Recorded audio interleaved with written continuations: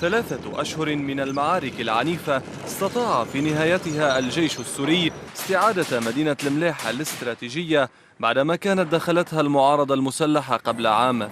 وهذه الصور الخاصة من داخل المدينة تظهر الدمار الكبير الذي خلفته الاشتباكات بين الطرفين، فضلا عن استعمال الطيران الحربي لقصف المواقع التي كان يتحصن فيها المسلحون وغالبيتهم من الفصائل الإسلامية، وأبرزها جيش الإسلام بقيادة زهران علوش وجبهة النصرة.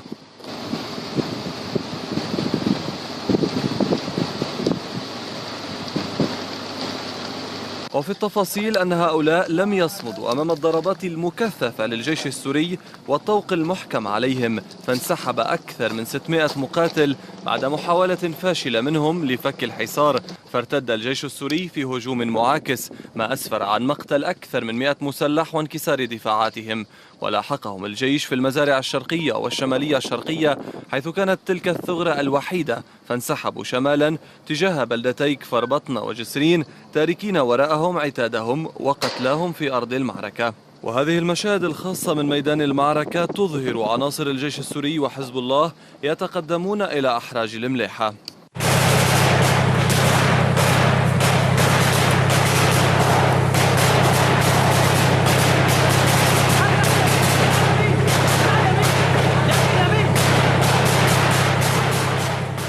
وفي هذه الجولة بالكاميرا داخل أحياء المليحة تظهر شراسة المعارك التي دارت من خلال الدمار الكبير في أبنيتها وشوارعها وبناها التحتية. وهذه الشعارات على الجدران كل ما تبقى للمسلحين تذكر بأن الجيش الحر وكتائب إسلامية مروا من هنا، لكن الصورة الآن باتت في قلبها جنود سوريون دخلوا بدباباتهم وأسلحتهم ساحة المدينة معلنين أنها باتت تحت قبضتهم.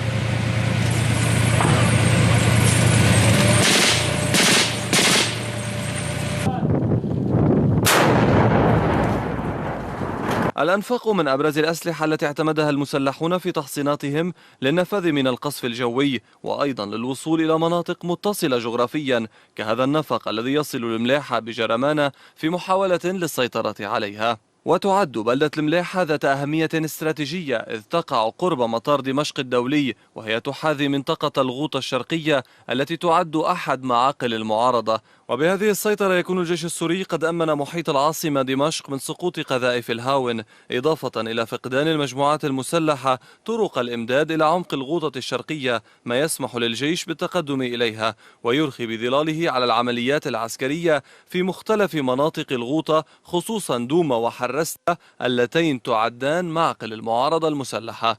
رامز القاضي، قناة الجديد.